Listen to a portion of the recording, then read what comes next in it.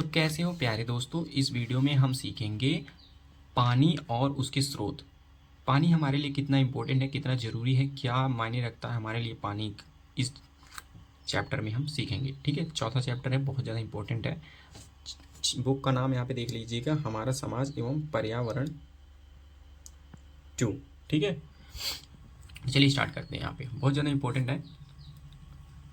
चलिए पढ़ते हैं कि पानी हमारे लिए कितना ज़रूरी होता है। ठीक है, तो पानी की आवश्यकता, भोजन के बिना हम 1-2 दिन रह भी सकते हैं। बिल्कुल ठीक, अगर हम भोजन नहीं करते, खाना नहीं खाते तो हम 1-2 दिन रह सकते हैं, लेकिन किंतु पानी के बिना तो कुछ घंटों में ही बेचैन हो जाती हैं। अगर आप पानी नहीं पीते तो कुछ ही घंटों में आपकी हालत ख़राब होने लगती है। ठीक है, तो पानी हमारे लिए बहुत ज़रूरी चीज़ है। पीने, नहाने और कपड़े धोने के लिए हमें पानी की ज़रूरत पड़ती है। खेतों की सिंचाई पानी से ही की जाती है। ठीक है, खेतों की सिंचाई भी पानी से ही की जाती है। तो इस चीज़ को आप ध्यान दीजिएगा कि हमारे लिए पानी कितना इम्पोर्टेंट है। ठीक है, अब आगे बढ़ते हैं हम। तो यहाँ पे दिखाई दे रहा है कि किस तरह एक लड़का पानी पी रहा है और दूसरा नहा रहा है। ठीक है, तो चलिए यहाँ पे देखते हैं आगे क्या है। आगे है पानी के स्रोत क्या है कि पानी हमें वर्षा होने पर मिलता है। वर्षा का पानी नदी नालों के रूप में बहने लगता है। बहता हुआ यह पानी तालाबों में आता है। जो वर्षा होती है वही पानी बह के तालाबों में जाता है। तालाबों में हमें नहाने धोते हैं। ठीक है, नहाते धोते हैं। और पशु जो होते हैं, पशु तालाबों से पानी पीते हैं। कुएं तथा हैंडपंप का पानी भी अधिकतर पीने के काम आता है। ठीक है, ध्यान दीजिएगा, बड़ी बड़ी नदियों का पानी भी बहुत काम आता है। नदियों पर बांध बनाए जाते हैं। इन्हीं बांधों से बिजली पैदा की जाती है। ठीक है, अब बिजली पैदा करने वाली जो बात की है, तो यहाँ पे हमारी जो नदियाँ होती है उसको रोका जाता है, उसके अकॉर्डिंग वहाँ पे बनाया जाता है बांध बना के। बांध का मतलब उस पानी को रोका जाता है, उससे ही बिजली पैदा की जाती है। जो हमारे घर में लाइट आती है, लाइट जलती है ना, तो बिजली पानी से ही पैदा की जाती है। ठीक है, तो यहाँ पे बताया जा रहा है कि पानी हमारे लिए कितना इंपॉर्टेंट है, कितना ज़रूरी माना जाता है। ठीक है, तो यहाँ पे दिखाई दे रहा है आपको, नल है, कुआँ है, तो सब जगह से पानी का वो है। और बांध, यहाँ पे आपको एक बांध दिख रहा है, यही बांध है, इससे बिजली पैदा कराया जाता है, बांध बना के रोक के पानी को। ठीक है, अब आगे बढ़ते हैं। अरे यार, ठीक है, अब चलिए यहाँ पे देखते क्या है।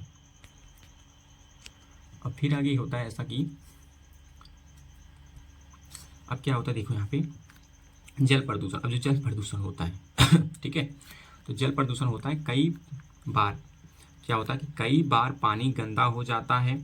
यह पानी पीने के लायक नहीं रहता है। पानी जब गंदा हो जाता है तो उसे जल प्रदूषण कहते हैं। जो पानी, मतलब मान लीजिए कि कहीं पे वो होता है कि कचड़े आने लगते हैं, कहीं कहीं से नाले में से कचड़े बह के नदी में जाते हैं, तो वो पानी गंदा हो जाता है, तो वो पानी पीने योग्य नहीं होता है। यहाँ पे बताया जा रहा है, ठीक है, उसे जल प्रदूषण कहते हैं। अब आगे यहाँ पे देखते हैं हम। ठीक है, थोड़ा सा यहाँ पे वो हो गया था। चलिए यहाँ पे देखते हैं, फिर से पढ़ते हैं कि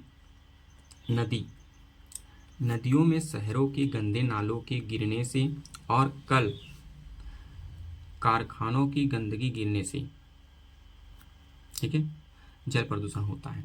इससे बचाव के लिए उपयुक्त गंदगियों के पानी में नहीं डालनी चाहिए। ठीक है, प्रदूषित जल को स्वच्छ बनाने के लिए उससे कीटनाशक दवा डालनी चाहिए।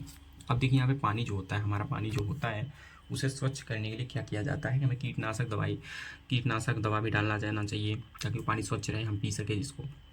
ठीक है, आज के समय में जो नदी नाले के जो पानी होते हैं उसे पीने के लायक नहीं, क्योंकि प्रदूषित इतना हो गया है, उसमें गंदगी इतना हो गया है। ठीक है, तो हम स्वच्छ पानी पीते हैं कैसे, हम जैसे कि नल से निकाल के पीते हैं, मशीन द्वारा जो पानी आता है उसका यूज़ करते हैं। once more।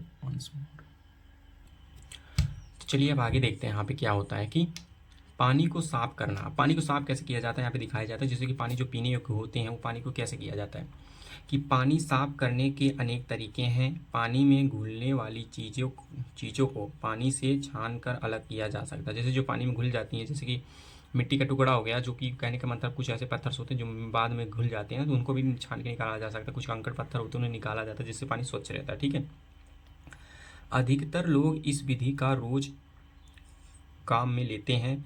वे कर ही जल का उपयोग पानी पीने में करते हैं। ठीक है। अब आगे आता है कि शहरों में पेयजल आपूर्ति विभाग होता है। यह विभाग नलों में पानी जाने देने से पहले उसमें शोधक दवाई मिला देता है। आजकल घरों में भी पानी शुद्ध करने के लिए लोग तरह तरह के उपकरणों का प्रयोग करते हैं। पानी संग्रह टंकियों की सफाई होना भी अति आवश्यक है। ठीक है। उनमें शोधक दवाई, ब्लीचिंग, ठीक है, ब्लीचिंग पाउडर, लाल दवा आदि मिलाई जानी चाहिए। ठीक है। जो पानी होता है हमें स्वच्छ करने के लिए उसको इतनी चीज़ की ज़रूरत पड़ती है कि इतना चीज़ मिलाया जाना चाहिए ताकि पानी स्वच्छ हो सके और स्वच्छ शुद्ध पानी आप पी सकें। ठीक है। झील तालाब तथा बांधों के जल का मछलियाँ साफ करती रहती हैं। इनमें गंदगी डालने या गंदे कपड़े धोने से मछलियाँ मर जाती हैं और इनका पानी सड़ने लगता है। जल प्रदूषण रोकने के लिए हमें इनसे गंदगी नहीं होने देना चाहिए। ठीक है। तो इसमें हमने इतना इम्पोर्टेंट चीज़ें सीखा कि पानी और उसके स्रोत कितने इम्पोर्टेंट हैं। अब चलिए यहाँ पे देखिए जो इम्पोर्टेंट था, अभी हमने क्या क्या देखा यहाँ पे। ठीक है। कि पहला हमने देखा कि पानी की आवश्यकता। ठीक है। पानी की आवश्यकता क्या होती है, और पानी के स्रोत हमने देखा। अगला देखा क्या है यहाँ पे, जल प्रदूषण देखा कैसे होते हैं, उसको समझा। पानी के साफ करना कैसे किया जाता है उसकी विधि हमने देखा। अब यहाँ पे देखते हैं इसके कुछ और बचे हुए हैं कि याद रखें। अब यहाँ पे जो इम्पोर्टेंट टॉपिक है इस चीज़ को आपको ध्यान में रखना है, याद रखने योग्य बातें हैं। ठीक है।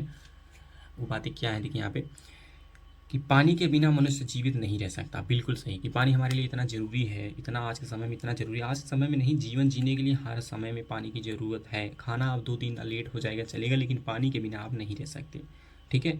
अगर आपको तगड़ी प्यास लगी है और आपको पानी नहीं मिलेगा तो आप मर जाएंगे, लेकिन आप भूख अगर लगी है तो अगर आप खाना नहीं पाएंगे तो कुछ समय चल सकते हैं, लेकिन पानी अगर आपको नहीं मिला तो आप मर जाएंगे। ठीक है। तो पानी के बिना मनुष्य जीवित नहीं रह सकता, ये बिल्कुल सही है। ठीक है। अब पानी हमें वर्षा होने पर मिलता है। अब पानी हमें देखते हैं, आप ध्यान दे दिए होंगे कि जो पानी हमें वर्षा होती है, वो वर्षा होने के बाद वही पानी हमारे नाले में जाता है, नाले से होते हुए नहर में जाता है, नहर से होते हुए वो जाता है नदी में, नदी से फिर समुद्र में जाता है, देखे होंगे। ठीक है। तो पानी हमें वर्षा होने पर मिलता है, और ठीक है, तो वर्षा होने से पानी मिलता है। ठीक, ये भी इम्पोर्टेंट है। अब प्रदूषित जल कई बीमारी को जन्म देते हैं। जो प्रदूषित जल होते हैं कई तरह की बीमारी होते हैं। जैसे प्रदूषित जल होता कैसे है कि आपको कहीं गंदा नाला बह रहा है जो कि मिल जाता है जाके नदी में, तो उससे प्रदूषित हो जाता है। मछलियाँ मर जाती हैं तो उससे प्रदूषित हो जाता है। तो कई तरह से प्रदूषित हो जाता है जल, जिससे हमें काफ़ी सारी बीमारियाँ हो जाती हैं, है कि नहीं? बिल्कुल ठीक है ना।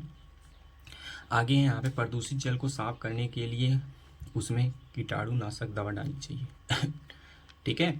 तो प्रदूषित जो जल होते हैं, जो मछली मरने से या फिर गंदे नाले के पानी बहने से जो हमारे जल जो होते हैं वो प्रदूषित हो जाते हैं, तो उसमें हमको क्या डालना चाहिए? कीटाणुनाशक दवा। इसे डालने से हमारा जो पानी होता है शुद्ध हो जाता है, पीने योग्य हो जाता है। समझ आ रहा है? ठीक। तो पानी के हमारे लिए इतना इम्पोर्टेंट है कि पानी आज समय में नहीं, हमारे जीवन जीने के लिए हमेशा पानी बहुत ज़्यादा ज़रूरी है। ठीक है। अब देखते हैं निम्नलिखित प्रश्नों के उत्तर दीजिए कि पानी हमारी पहली ज़रूरत क्यों है।